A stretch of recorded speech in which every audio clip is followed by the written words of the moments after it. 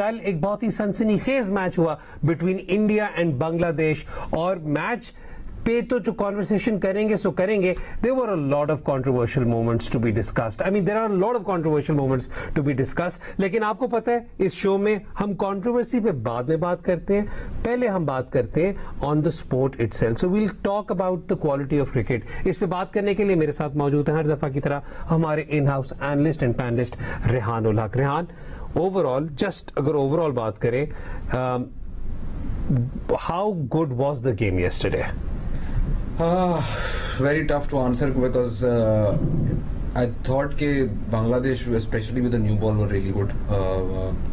They had India on the ropes and Taskin की bowling बहुत अच्छी थी. कोहली ने जिस तरह एक्सलरेट किया, सूर्या कुमार यादव की जो क्विक इनिंग्स है in the middle, once again that propels India to a higher total. Then Liton Das is extremely good. Like that. पहले इंडिया की बैटिंग की तरफ बात करें. इंडिया की बैटिंग में यही पॉइंट्स थे. इसके अलावा KL Rahul I thought played really well. I was waiting for you to say that. Considering how well Taskin was bowling, तो क्योंकि अगेन आपको कंसिडर करना पड़ता है दूसरे एंड से कितना अच्छी बॉलिंग हो रही है, तो तस्कीन बॉल्ड रियली वेल. और मैं ये केएल राहुल की बात मैं इसलिए कह रहा था क्योंकि हमारी ज़मीन.com player of the day is K L Rahul, और उन पर ही बात करेंगे आज, क्योंकि बहुत जिस तरह रेहान ने कहा परफॉर्मेंसेस बड़ी अच्छी थी आपके पास सूर्या कुमार यादव की भी इनिंग्स अच्छी थी, Virat Kohli who won the actual man of the match as well, उनकी परफॉर्मेंस भी अच्छी थी. Then you had Liton Das जिन्होंने चेस करते हुए बड़े अच्छे तरीके से लेकर गए थे. लेकिन आर ज़मीन.com player of the day is K L Rahul. Rehan, K L Rahul पे अगर बात करूं तो मेरे लिए ये इसलिए भी, मतलब मेरे लिए इसीलिए है जो आप पॉइंट करेंगे, इसीलिए है. आपके लिए किस वजह से? रनआउट की वजह से. That's a game changing moment. अच्छा, मेरे लिए एक और वजह से है. मेरे लिए इस वजह से है कि इनके साथ भी इस मैच से पहले ऋषभ पंत फॉर केएल राहुल वाली कॉन्वर्सेशन चल रही थी. मेरे लिए ये वही है ना कि when you know backs against the wall for a particular player, not for the team. तो ये वाली बात ना कि सोचिएगा कि बांग्लादेश हैड इंडिया को उस तरीके से प्रेशर नहीं, बट केएल राहुल पे पर्सनली बड़ा प्रेशर था. या एंड आई थिंक इसमें दो चीजें हैं. एक तो value of KL Rahul and Pant आपको वे करनी है, ठीक है. The problem that India faces right now, even now, इसके उनके तीनों पावर प्ले के स्कोर उठाकर देख लें. They haven't scored a lot of runs in the power play, and it comes down to the fact कि one of their top three then needs to bat longer, and because ऐसी situation होती है and then they can accelerate later.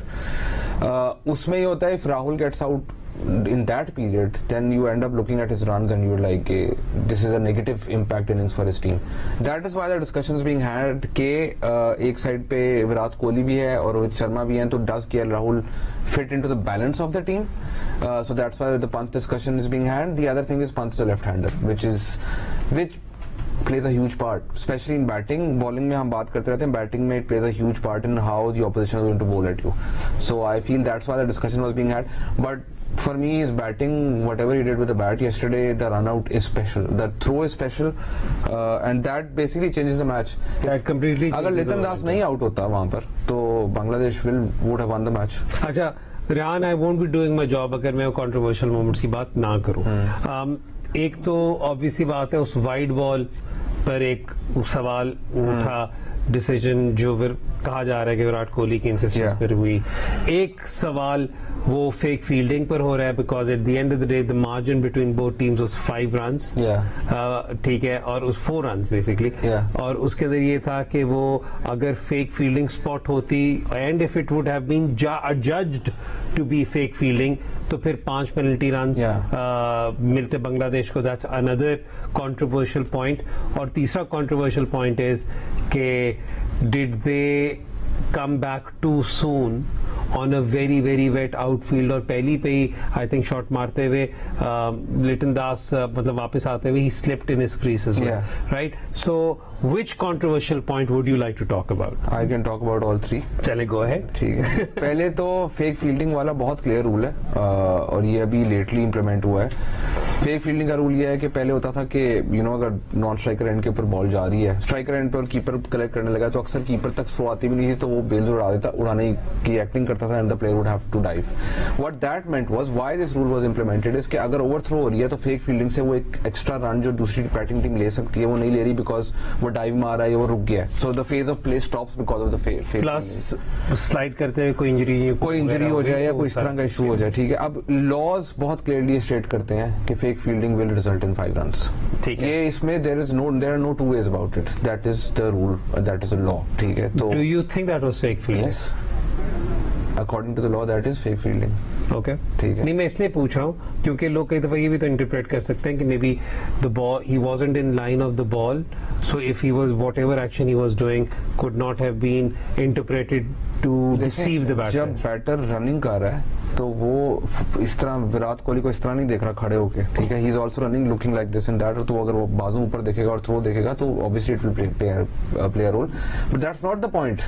The point is did it harm, उससे वो जो चीज हुई उससे कोई इम्पैक्ट हुआ उस फेज ऑफ प्ले में? I don't think so, but the law says 5 run है. जिस तरह अगर हेलमेट को लगे, जमीन पर पड़ी हुई किसी भी इक्विपमेंट को लगे, ऑब्स्ट्रक्शन को लगे तो 5 रन. अब हेलमेट पड़ा हुआ है फील्ड के ऊपर. ठीक है, इन फेयरनेस अगर बॉल बिल्कुल आराम से जा रही है और there is no run and the keeper just spills it और उसके पीछे हेलमेट पड़ा आराम से ट्रिकल करके जा रही है तो चौका तो नहीं होने वाला ना, लेकिन हेलमेट को लेके तो 5 रन तो है. बिल्कुल, तो जो रूल है वो रूल है. तो रूल है, उसमें I don't like, you can not, in my opinion, you cannot say at one end ke everything is fine, law is law when it comes to mankad, and then say law is not law when it comes to fake fielding. Law is law for everything that there